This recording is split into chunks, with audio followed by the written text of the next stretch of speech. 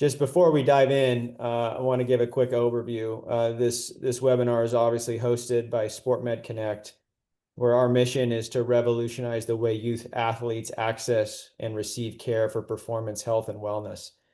This is a perfect example, having a guy like Jose on a webinar where we can ask questions and have back and forths with him and learn from his expertise, and giving youth access to someone who's spent so many years training and working with professional athletes. That's really what our goal is to give these youth athletes this type of access. Real quick on SportMed Connect, for those of you who are not familiar, we're basically a full spectrum sports medicine solution where we bring this collegiate and professional level care to your club. So we have provide urgent, direct 24/7 access to specialists in sports medicine. And we have a network of highly qualified professionals like Jose, like our sports psychologists and sports nutritionists, and orthopedics and sports medicine physicians in your area. Really, the main goal is prevent injury. When it does happen, return to sport faster and optimize performance at all levels. This kind of breaks down into those pillars. First of all, obviously, we will focus on consultations with our virtual platform, and really avoid unnecessary ER urgent care visits and misdiagnoses and so forth. And then we have our pillars of additional offerings with mental performance, sports nutrition, strength and conditioning, and so forth. So I just wanted to give everyone a quick overview of what SportMed Connect is. This is a quick visual of how this functions. Many of you may have used telehealth services in the past with urgent care. You got strep throat or sinus infection. This is dedicated telehealth service for your club, for sports, for athletes, dedicated to sports medicine experts. So you're not dealing with a PA that sees general medicine stuff. This is you're going to get connected with experts right away. So via telehealth service, and then triage the situation, offer advice and next steps, and then refer if needed, where 80% of the calls that we take can be handled over the phone. You never have to step foot in a doctor's office. So that's the power of SportMed Connect. And again, what we really want to focus on is bringing access to guys like Jose to the club level, which is why we're doing this tonight. So thanks to all of you who have joined. Without further ado, let me introduce Jose Vazquez. And the way we're going to do this, in some webinars, you might see PowerPoints, slide presentations, videos. The way we're going to do this at Jose's request is actually do a kind of an interactive question and answer session, almost like a podcast version. Some of you may have heard the podcast, How I Built This, which is great, learning about companies and how they started. This is kind of going to be the same feel, as I'm going to have the opportunity to interview Jose. So yeah, without further ado, let me introduce Jose. Jose Vazquez has been a Major League Baseball strength and conditioning coach for 22 years. His career began with the New York Mets in 2001 and continued with the Texas Rangers from 2005 to 2023. He currently serves as the special advisor to performance with the Texas Rangers. He's the co-author of 2 books and 4 research studies, and has been a professional speaker for many years, with engagements in the US, Japan, Taiwan, and the Dominican Republic. A 3-time World Series strength coach, Vazquez was part of the 2023 World Champion Texas Rangers and served as the American League strength coach for the 2017 All-Star Game. In 2014, he was named Strength Coach of the Year and became a certified MLB scout. He holds a bachelor's degree in exercise science from the University of Tennessee and a master's degree in physical therapy from Nova Southeastern University. Prior to his coaching career, Vazquez played professional baseball for the St. Louis Cardinals. So thank you so much, Jose, for joining us tonight. Thank you for having me. So as I mentioned, it'll be kind of a Q&A. So we'll kind of start with this here. Basically, tell us your story. You've spent over 20 years in professional baseball and been a part of 3 World Series teams. Tell everyone tonight what you were like in high school, and what was your story that led you to play at a high level and then transition to becoming a strength and conditioning coach. Well, I guess my story began as young as 10 years old. I and I saw this comic book the other day in somebody's office. When I was a kid, the comic books used to have a on the back page was a Charles Atlas.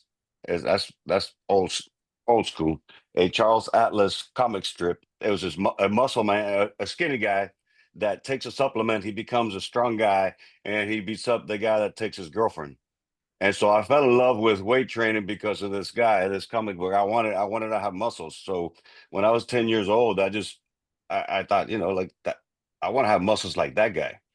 And so I asked my parents to buy me a set of weights when I was 10 years old. And when I was 10 years old, I was out of my garage lifting weights, whatever I could figure out.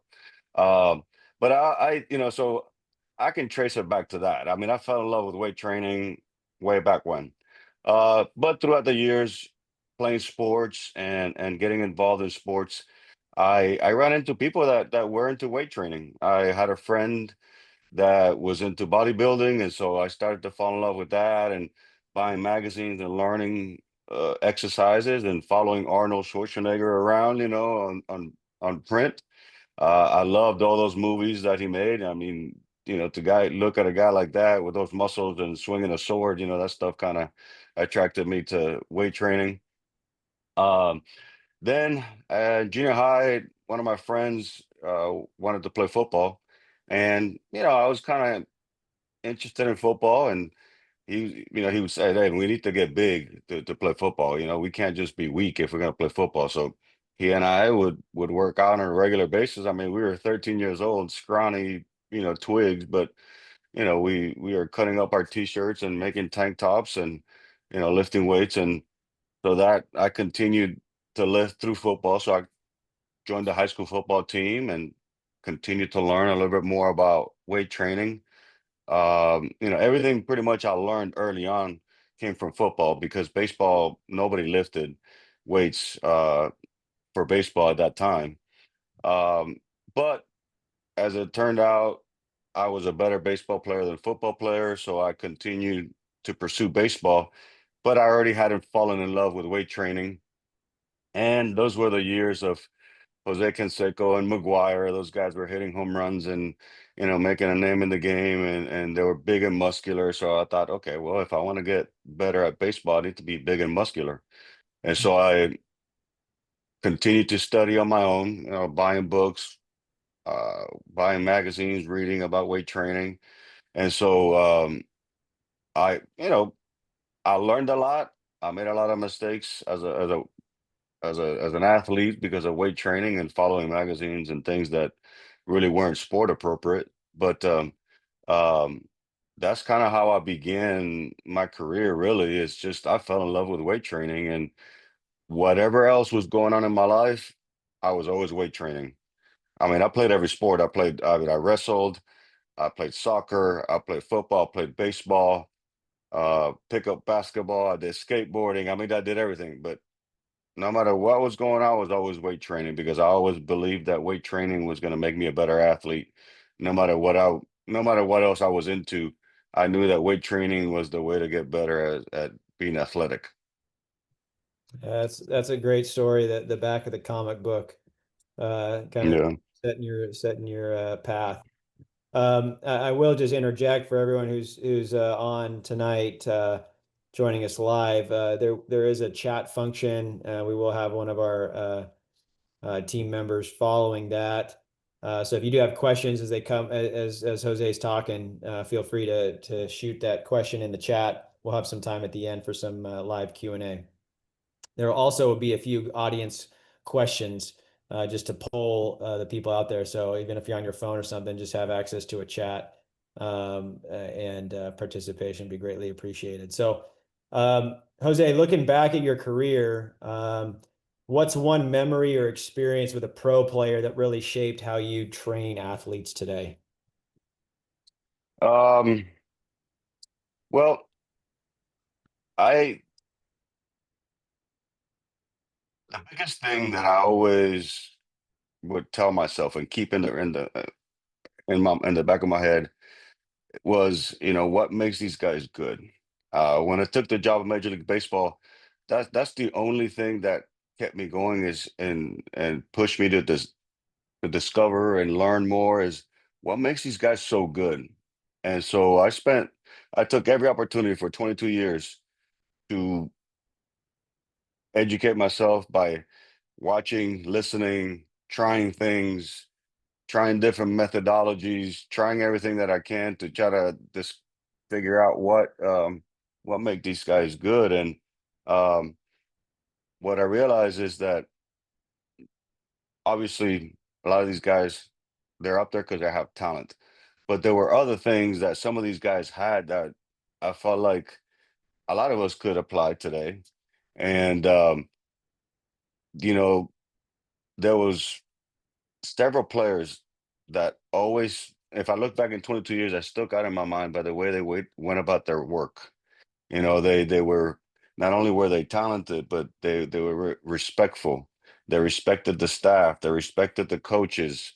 They took care of their themselves. Not off the field. They took care of their bodies. They took care of their families. They were good. They were more than just a ball player. And so, like when I train athletes or when I work with an athlete, I always emphasize this is not just about baseball. This is about life. This is about trying to help you with my experience and whatever I have to offer to make you a better man, or woman or whatever it is that because I've always felt like these guys sometimes a lot of the pro athletes get misunderstood because we forget that they're people and they're people with families and problems and things like that. So experiencing 22 years in the big leagues, I realized that the best guys were the most well-rounded. And so whenever I train somebody, I always try to point them in a direction that makes them the most well-rounded. Is that something you talk to coaches about, at an early age when they're coaching younger kids, to make that part of their program as opposed to just the skill training? Yeah.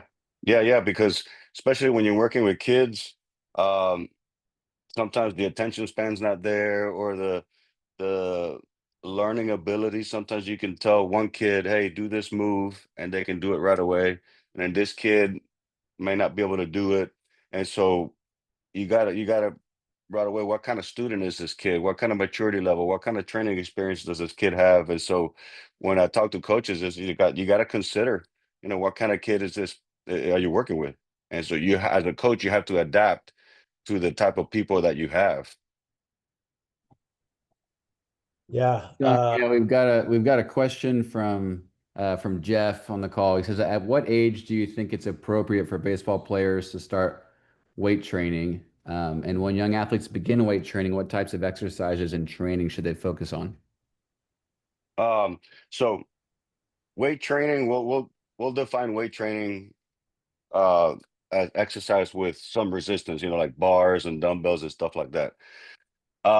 There's a doctor by the name of Avery Fagenbaum. I hope I pronounced that right. He's done a lot of research on youth training, weight training. And one of the things that he's always promoted was anywhere between 9 to 10 years old, as long as the kid is mature enough to understand what is being taught.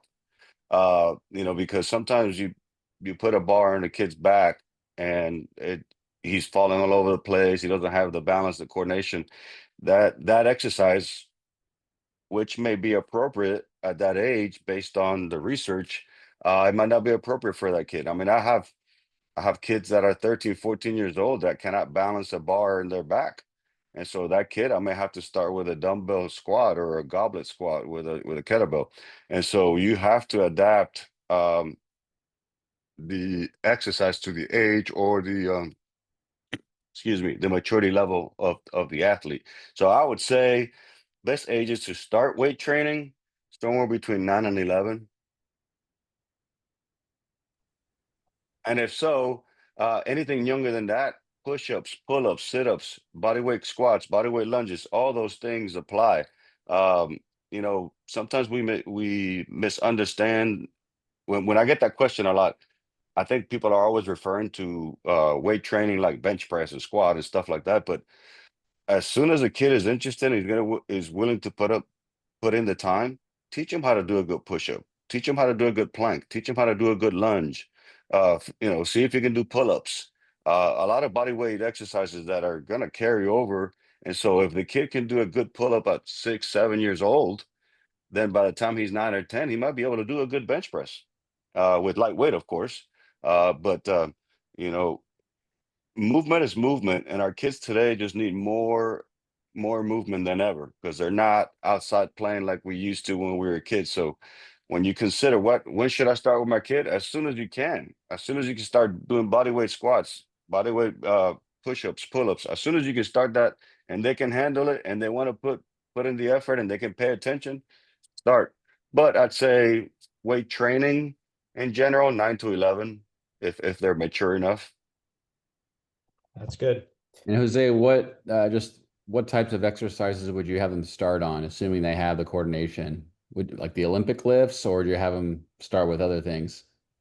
No, so I consider every training, my training approach, and it's popular across the board with a lot of people, is you want to pick movements that are common to daily life, like a squat, pushing activities like bench press, push-ups, presses, pulling activities like rows, pull-ups, something for the core, obviously, and something for the hips. So to summarize it, I would squatting patterns, anything you can do with a squatting pattern with a dumbbell or a bar, some kind of press, dumbbells or bars, some kind of pulls, rows, lat pull downs, pull-ups, some kind of hip exercise like a deadlift, and some kind of core, planks, sit-ups, anything like that. So those 5 movements: push, pull, squat, hinge, and core. If you go off of that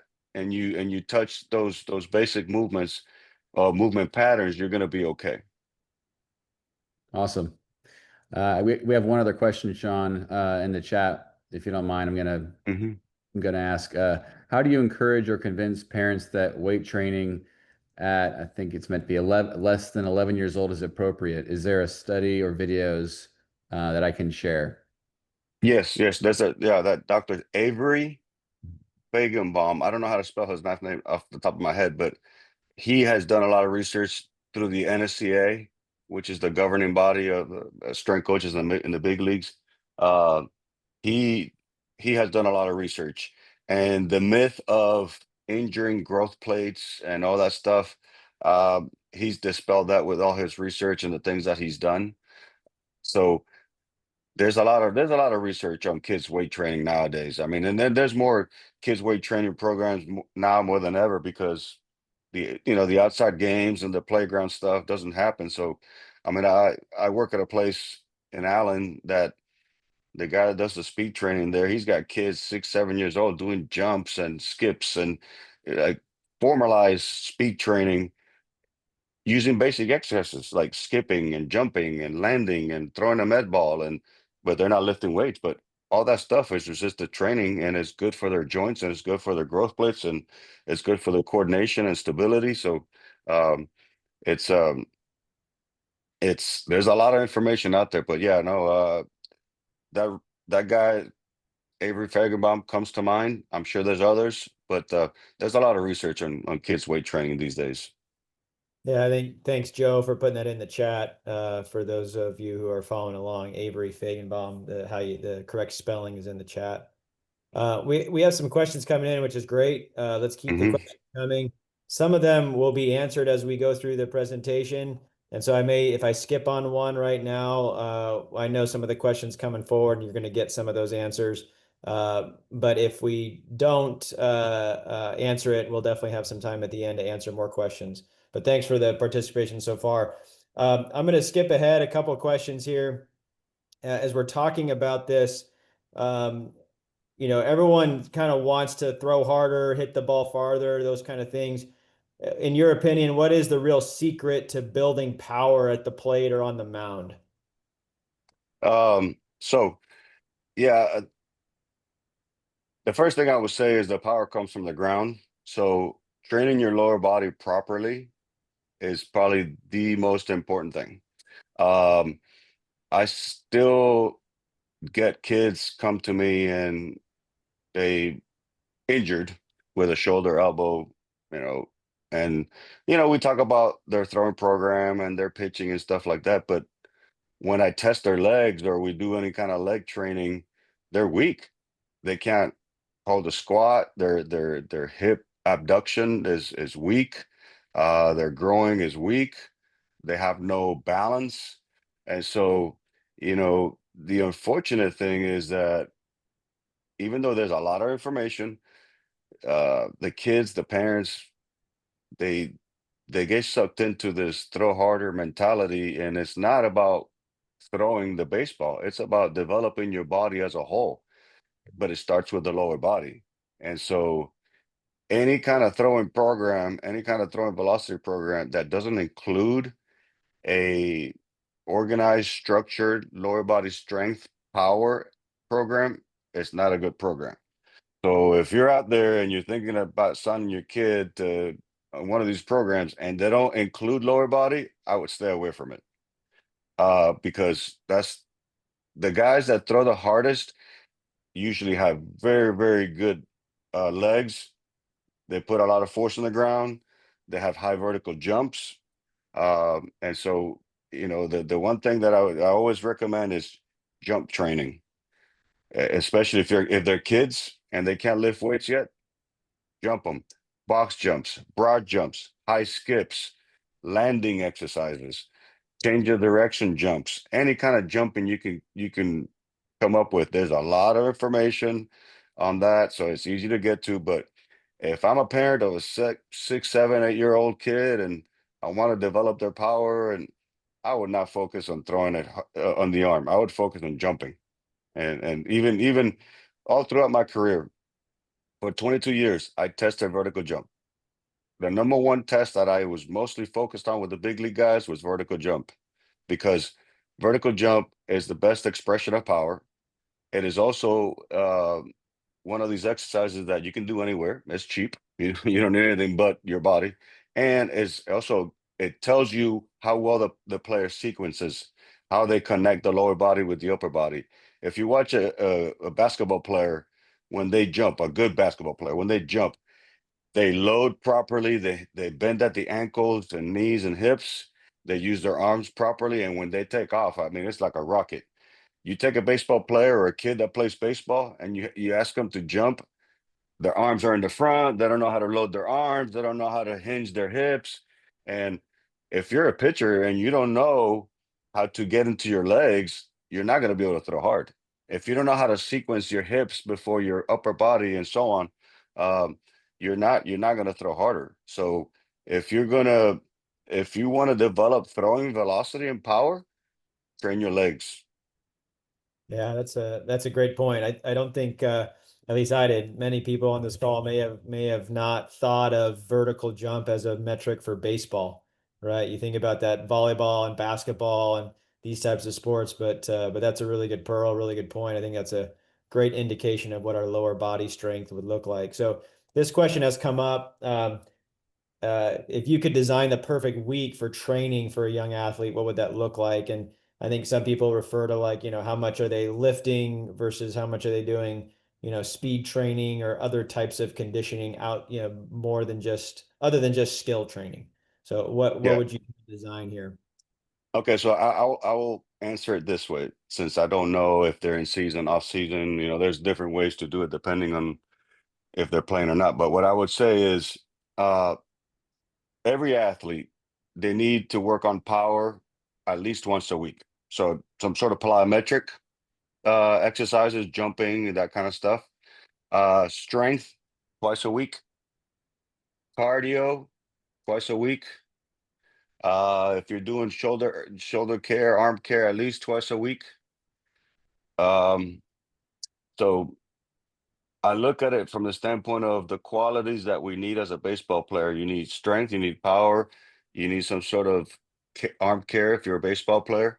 So you have to include that every week if you want to get results. You can't do those things sporadically. You have to include that in your training week every week. So power at least once a week. We lose power if we don't train at least once a week. strength twice a week, arm care twice a week. I would say core the same way. I'm also a fan of when you do a workout program, you do total body workouts. When they're young kids, there's no need to do a chest and back and biceps and tries and things like that. That stuff is for all the guys or for bodybuilders. So whenever you're training kids, you want to do total body workouts because when you're playing sports, you're using the whole body.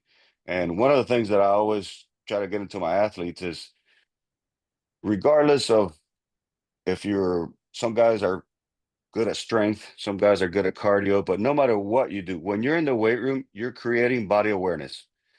If you gain nothing else from your time in the weight room, you're creating body awareness.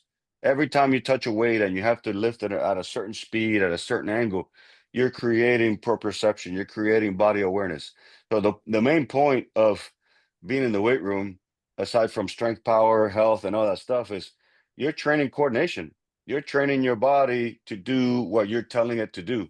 And if you look at it that way, you can take that same mentality to the mound and say, hey, you know what, put this ball outside in this count. And so if you're not gaining body awareness in the weight room, you're losing, you're wasting your time. So I hope that answers the question of the perfect week, but that's one thing that I always it's hard to answer because if it was off season with a major league guy, then it would be 4 days a week, this and that. But um, I think that there's certain qualities that you need to work on a regular basis to maintain them and develop them. Yeah, no, that's perfect. I actually just synthesized that into the chat as well. People were looking at it and quoted you on a couple of those things I thought were really important. Um, let's move into that topic of kind of arm care. And this was a question we asked for on a podcast with some younger kids. What's the most common injury we're seeing in sport?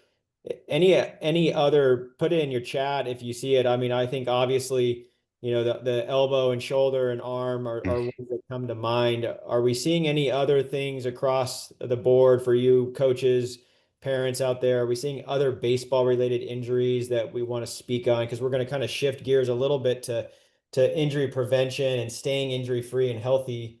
So throw it in the chat here as we talk specifically on any type of common injuries you're seeing in baseball. But let's just start out with the obvious one.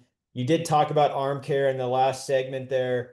What do you what's your protocol? What's your process? What do you consider arm care? And how do we get these young athletes to really protect their arms, elbows, and shoulders specifically?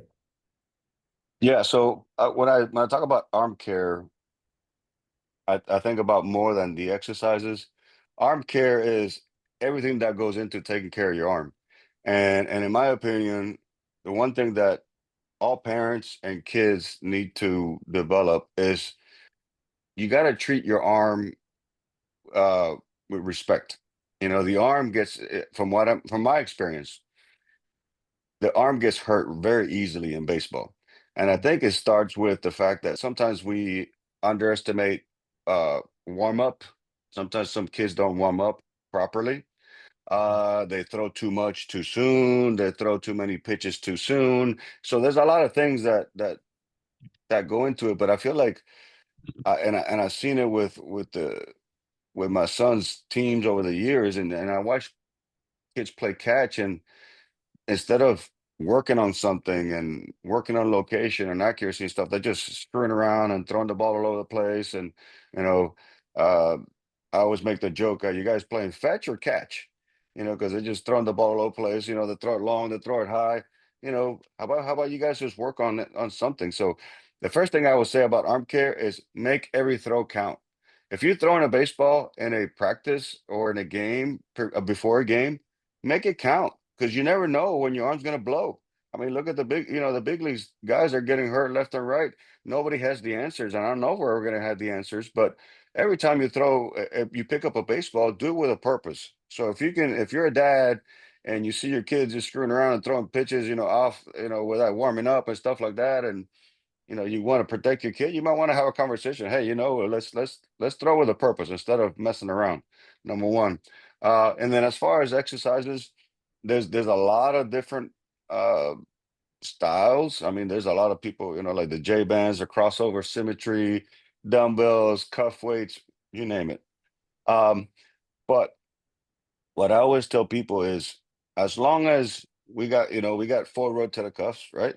So as long as you're working exercises to do your rotator cuff, and you're including the muscles surrounding the shoulder blade, the scapula, as long as you're getting all of those some way, shape, or form, you're doing good. Then you should always work on elbow exercises, forearm exercises, especially grip. One of the things that I was always big on, besides the vertical jump, was the grip. Um, Around 2007, 8, we did a case study where we took minor league to major league for 2 years of spring training testing, and the two metrics that stood out for the guys that had the most power and slugging percentage was grip and vertical jump. Most explosive, best grip.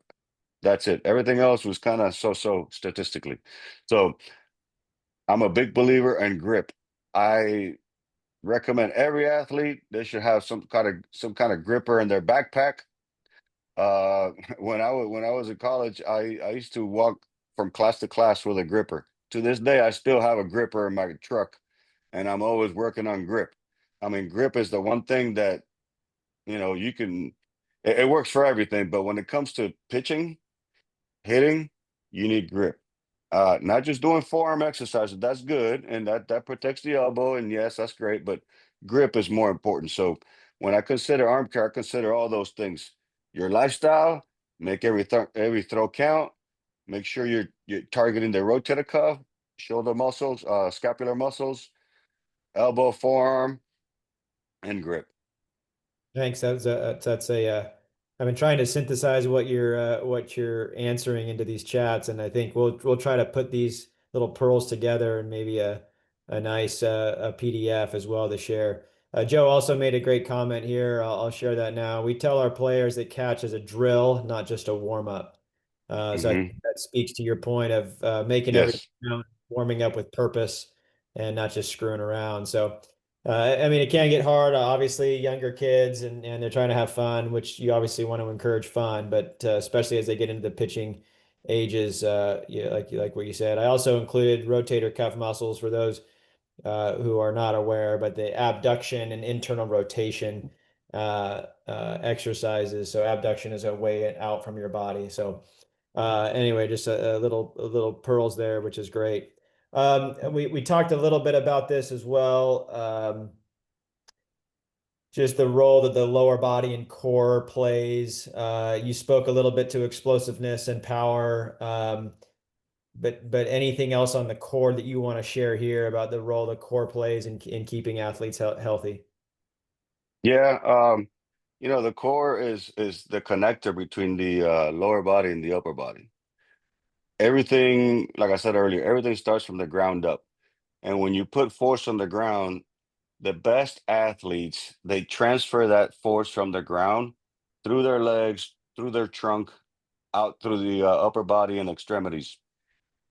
If at some point in that sequence there's a power leak, meaning the muscles don't contract at the right time, or they're a little late to the literally to the party, like I sometimes call it, then you're going to lose the power. And you see this a lot in hitting, and it's so misunderstood by a lot of people that teach hitting, and they call leaking. They're like, "Oh, you're leaking." Okay, well, explain what you're talking about. Usually, when coaches refer to leaking, is because all the load that you gather in your back hip right away, as you were moving forward, you started to go into extension. You started going backwards. The core did not hold you in flexion as you move forward, and you lost your position. So, when it comes to what I mean by that is, if your core is not strong or coordinated enough, and you lose your posture during a throw or a swing, you're going to leak power, and you're not going to effectively hit the baseball, or maintain your line when you pitch. So when it comes to core, it's not just about keeping healthy and stuff like that, but I look at core as it should train the athlete to maintain their athletic posture in whatever movement they're trying to do. If you're pitching or hitting, there's a certain optimal posture, there's certain optimal angles that need to be there at different phases of the swing and the pitch, that if the core is not stable and coordinated enough, you're going to lose your accuracy. And so core for me is a lot more than just health. It's more about maintaining your athletic posture. Wow. Love it. Good stuff. Let's jump down a little bit to mindset here and talk about this. You've worked with tons of major league players and seen, guys who are constantly kind of on the injured reserve list. Sometimes they just freak accidents and they happen and it's unfortunate, right? But Hmm. what have you seen in your experience that separates the guys who stay healthy and are able to perform year after year versus those who struggle to be available? Yeah, I'd say that the guys that stay healthy year in year out, I would say they're built different. The first thing I would say, some people's bodies are just a little more resilient than Mm. others. Dr. Meister would always he always make the comment, this guy's just a bad tissue guy. His rotator cuff is just a piece of paper. Or his hamstrings, they're just strings. It's like some guys are built better than others. So I'll say that, just like all of us, some of us are more talented than others. That's life. Yeah. Uh, but the other thing I would say is those guys, their preparation was very, very consistent and there was quality. The guys that did quality work more frequent over time got better results. You'll see people that will work out really hard for a couple of days and then take out for 3 days and then work hard again. And so their work, their preparation is like this. So the guys that kept it more even always kind of stayed more healthy than others. The other thing I would say is the guys that stayed healthy the most were they kept it simple. They kept it basic. Um, the one thing I would say about guys that are constantly injured, those are guys that are always looking for the secret sauce. They think that somewhere out there is the magic pill or the secret exercise that is going to heal their problems, and there's no such thing. So guys that are constantly on the IL, guys that are constantly hurt, those are guys that are either don't work hard enough or they're constantly looking for the secret sauce. The guys that stay healthy all the time, they keep it simple, they learn their bodies, they trust their abilities, and they know that they're going to play through pain. That pain is part of the deal. So um, I would say those are the things that I have seen in my experience. The guys that stay healthy, the healthiest, those are the ones that uh, they're built different. They keep it simple, and they do it more consistently, and they do more quality work than everybody else. Yeah, good stuff. So kind of shifting there a little bit, I'm sure th this played a role into the major league players and the thought on sleep and nutrition and recovery. How do you incorporate that at the youth level, in a player who's got aspirations to play, and how important is that? And how much should we be talking about that on the youth level? Yeah. So I had a conversation with a dad this morning about that for a 7-year old. And the one thing that we need to keep in mind is that when they're young, they're developing their taste. And so the most important thing with in my opinion would be number one, get as many calories as you can in them. Don't let them go out there and play a tournament if they didn't eat breakfast or or they're just having chips in between games. So try to create some sort of system with your son or daughter. uh we got to eat breakfast before we go play. We got to eat something, so put as many calories as you can in them, and as they get older and they develop taste, then you can start getting into a little more picky stuff about protein and this and the other. But I say get calories in them, and also at least get in their head that food is fuel. That even though you don't feel like eating breakfast, hey, but we got this game at 8 o'clock. If you don't eat now, by 10 o'clock, you're gonna be miserable. And so, for youth kids, I would say just get calories, you know, quality calories if you can. But sometimes, I mean, I know as a dad, chicken tenders are king. Sometimes you can't help it, and you're chicken tenders at every meal, but they're getting calories. So at least we're getting that. But the other thing is just understanding that food is fuel, not just like when I feel like eating, and just point out to them, you know why you were crying today after the game at 11 o'clock? Because you didn't eat breakfast, because you were low in sugar, because you didn't want to eat, and you just wanted to have a juice. And so, teaching them along the way that food is fuel. And then I think the other stuff will take care of the rest. I mean, I've experienced it with my son. I mean, it was terrible trying to get him to eat something for tournaments, but we got to the point now where now he knows the night before he eats well, that he gets up early, we make breakfast. So for a kid that lived on chicken tenders, now he gets up and he makes his own breakfast, and he prepares his meals for the tournaments and stuff like that. So uh if I did it, you can do it too. Yeah, good. Um, All right, just a few more here, and then we'll open it up for any questions. Advice for coaches and parents.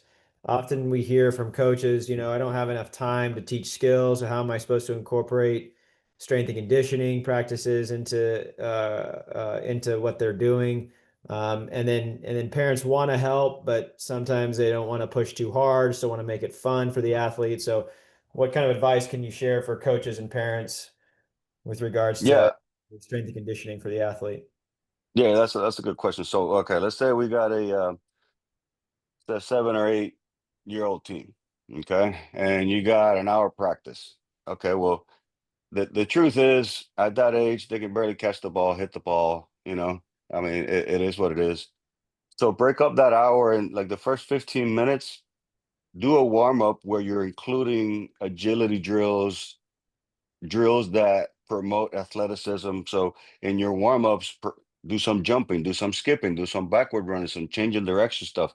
So take 15 minutes to do a quality warm up where you're including a lot of exercises that are going to help with their coordination.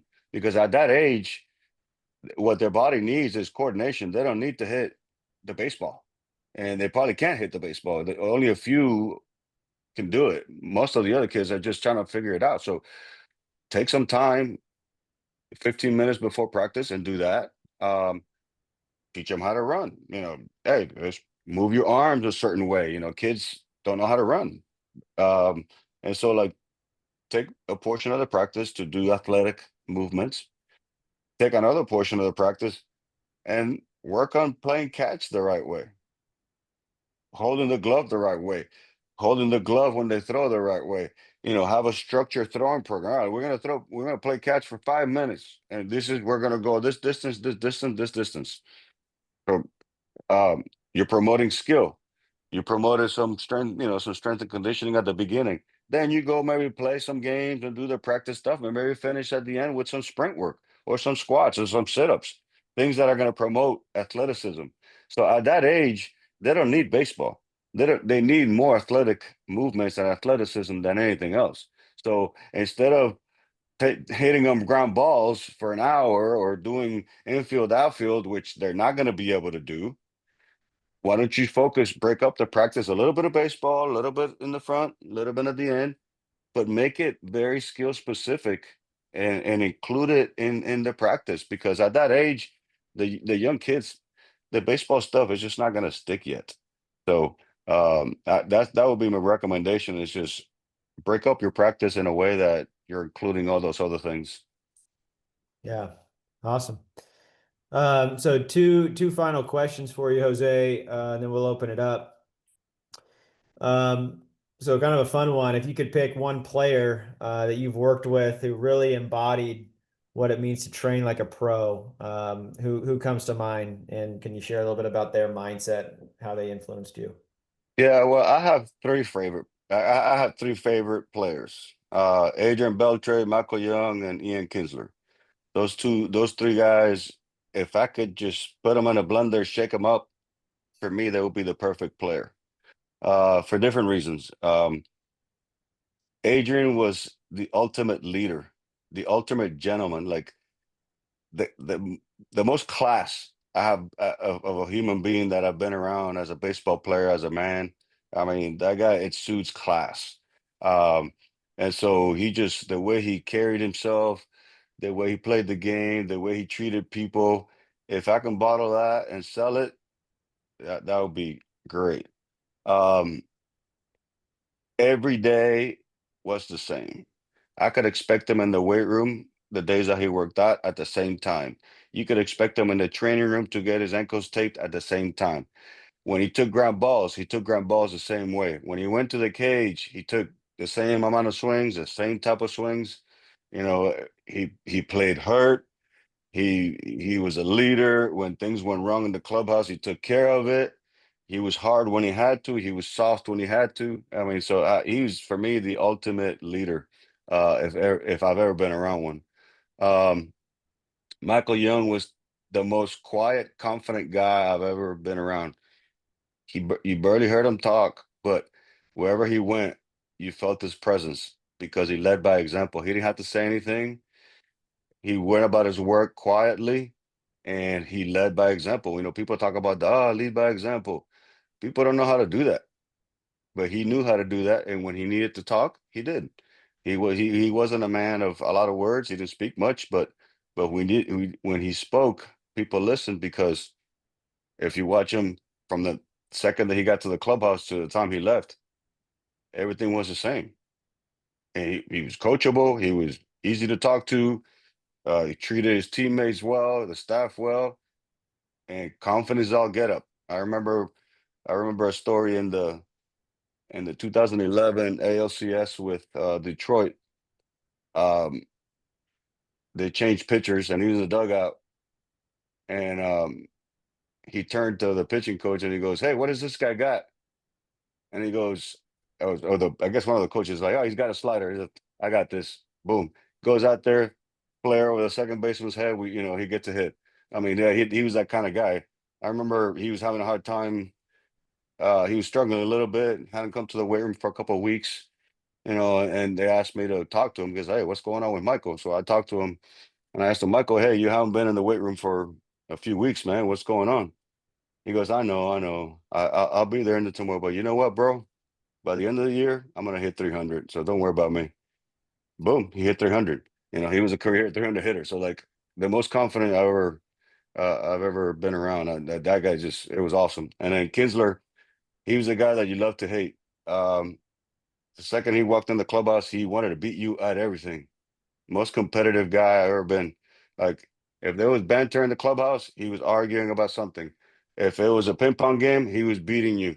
If it was a card game, he wanted to beat you. And I mean, no matter what you was going on, he would wanted to beat you.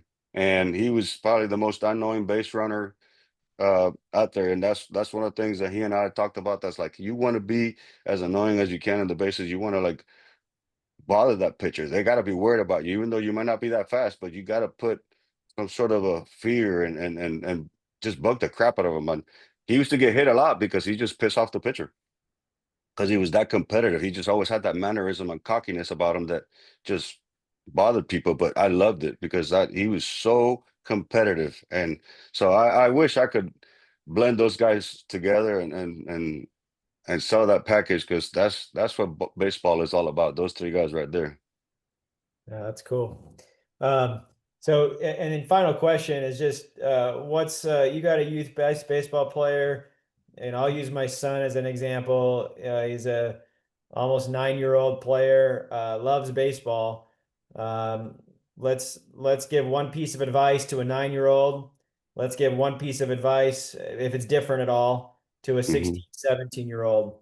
So you got a high school player that's really wanting to go next level, and you got a player who loves it and is just kind of getting into it. What's your one piece of advice for them? What I would say is if you can get this thought in your head every day, what did I do today to get better?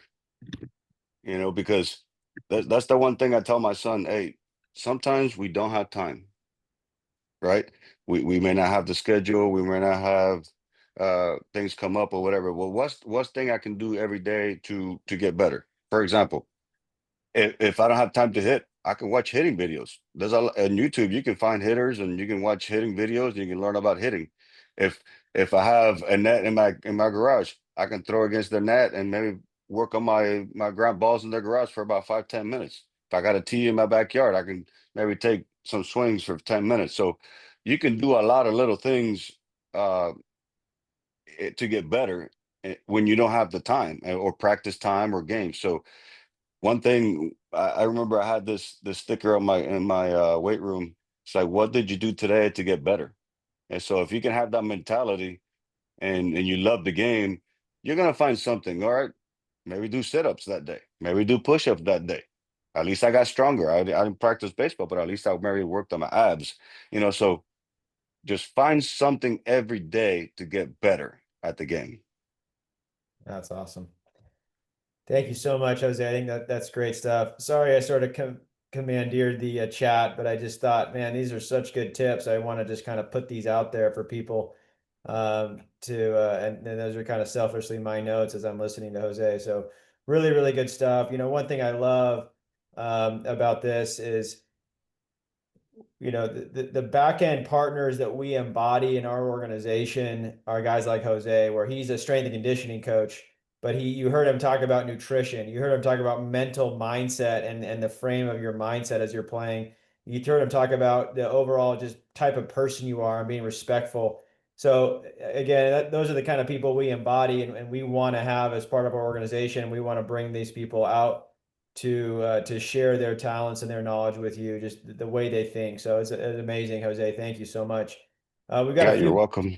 If anyone has any specific questions for Jose, shoot them out now. Let's pick his brain while we still got him for a few minutes.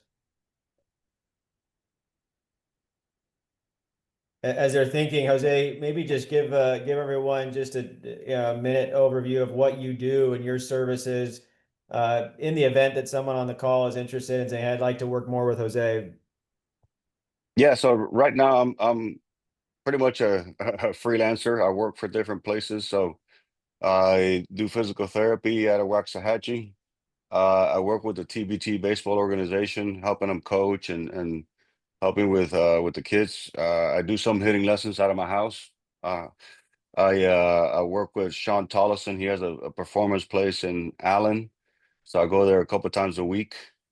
And also right now I'm working with another facility up in Addison, trying to develop a continuing education course for strength coaches, and that combines manual therapy and neurodevelopmental techniques to activate the muscles and connect the physical therapy to the weight room. So I got a lot of things going, but if people want to reach me, baseball strong 2024 at gmail.com. Shoot me a an email and let me know what you're interested. I mean, right now I'm just up to anything, just want to contribute to the baseball world in any way that I can, whether it's nutrition, physical therapy, parenting advice, whatever. I mean, I'm not saying that I know it all, but I've seen a lot, and what I've seen, I like to share. So that's the way I look at it. I may not know that much, but I've seen a lot. So That's great. Baseball strong 2024 at gmail.com. yeah. I put that in the chat. What question from Nathan here? What lifts do you consider foundational across all levels? Yeah, squats, deadlifts, some sort of bench press, and some sort of pulling exercise, like a pull up or a row. So those are the main lifts for me. Um, so because between a squat and a deadlift, you're going to develop the right strength uh, and power that you need for the legs. Say For those the one more upper body, squats, it could be bench. different. Say those one more time. Squats, Deadlift, squats, deadlift. some variation of a bench press, and some pulling variation. Got them. Got 'em locked in. Good. Um, All right. Don't see any other Question questions. from me, Jose, on like what are your thoughts on back squats for young kids? Like I feel like I did them wrong pretty much my entire life, messed up my back forever. The last time I did them, there's a lot of thought today around doing single leg squats, which reduces the amount of, stress and opportunity for injury. Do you still feel like it's worth the risk, or like what are your thoughts on that? Um, so I guess the first thing I said, the squats, back squats are my favorite in the sense that I felt like you can lift heavier and therefore you get stronger and I've had the most success with leg strength and power. However, I can see where back squat can hurt people because sometimes people don't focus on form and technique well enough. Other things that get in the way of back squatting too is believe it or not, shoulder range of motion. When you put the bar right here, sometimes people grab it in a way that if you hold the bar close to here, your shoulders are not able to externally rotate enough, and so the bar is going to be forward. And you, when you squat, you're going to be leaning forward. When you hold it out here, or you have enough external rotation, you can set the bar in the right position.